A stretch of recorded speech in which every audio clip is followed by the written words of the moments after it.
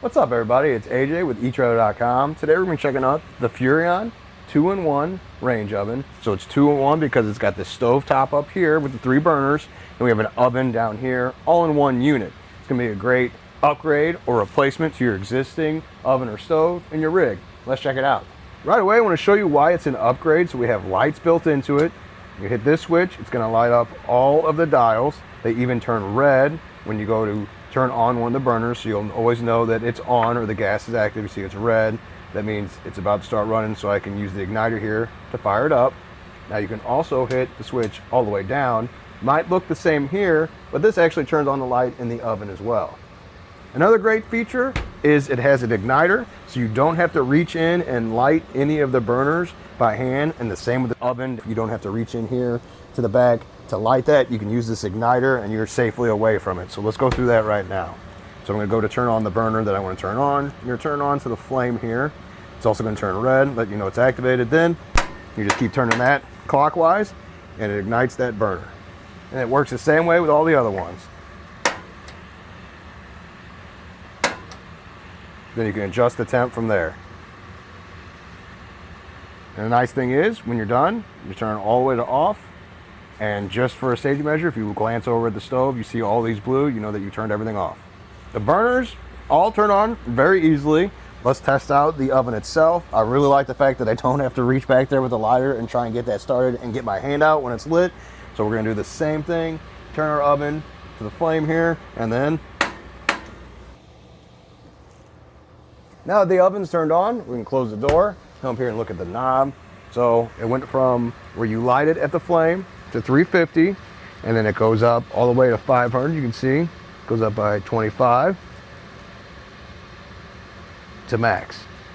That's how easy it is to use. Now let's get some measurements to make sure you get the right gear for your stove or your oven. So starting on the top, we're going to go front to back, 15 inches by 19 inches. So just keep that in mind when we're looking for pots and pans to go on the 3 burners up here, because that's as much space as you have to work with. Looking inside the stove, you're going to have this tray that can move up one more notch here. It's not going to give you a whole lot of space here, so we're going to measure it from the lowest position right above the flame plate.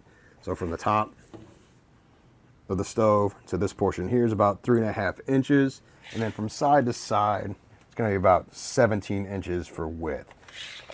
Something else I like is going to be the handle that you use to open up the stove. Really easy to use. It doesn't move or rattle on you at all when you go to grab it and open up the door. The door opens very easily and shuts just as easy. Just in case you couldn't see it earlier, there is a window here on the front, and in combination with a light on the inside, it makes it easy to look in there and see what you're baking, just to keep an eye on it. Up top, you have a glass cover that you can use when the stovetop is not in use. So it goes down, it even has rubber here to catch, so it goes down to its spot, and now it's secured. You see, I can't just pop it up by hitting it, which is really important, especially with a stove and oven in your rig. When you're driving down the road, you don't want this to accidentally pop up or anything. Focusing on the burners, they are going to have different BTUs, so the left and the right are going to be at 6,500 BTU, and then the front one's going to be 8,000. So this is going to be the one that gets the hottest when you go to cook with it.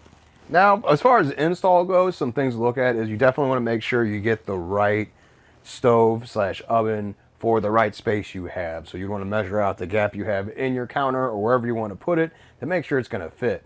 So looking at the counter here, you're going to need 20 1/8 of an inch wide. It's going to be 20 1/16 of an inch tall, and then 17 3/4 inches deep.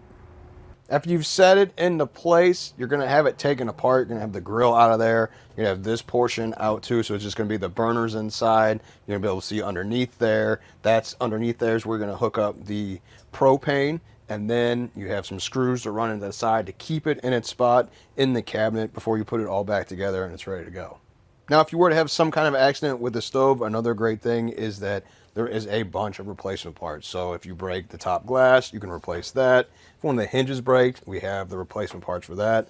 The grill, even the plate with the burners can be replaced, the knobs on the outside, and even the little rubber portions that stay between the stove top and the grill here can be replaced. So there's plenty of options there just in case something breaks or comes loose. Overall, I did like the 2-in-1 setup. I liked how easy it was to light the burners up top and even light the oven. I didn't have to reach in there with a lighter and light anything up. Now, you can still have that option if the igniter does go out. You can still do that, but it's far easier and safer to do it from the outside here. Another thing I really liked is I know that this is going to be rated to be in a motorhome, so it can handle the vibrations and the movements and less likely to break down on me. But like I said before, if any piece was to break, I can replace it and don't have to get a whole new setup. Well, I think that does it. Thanks for hanging out and hope this helped.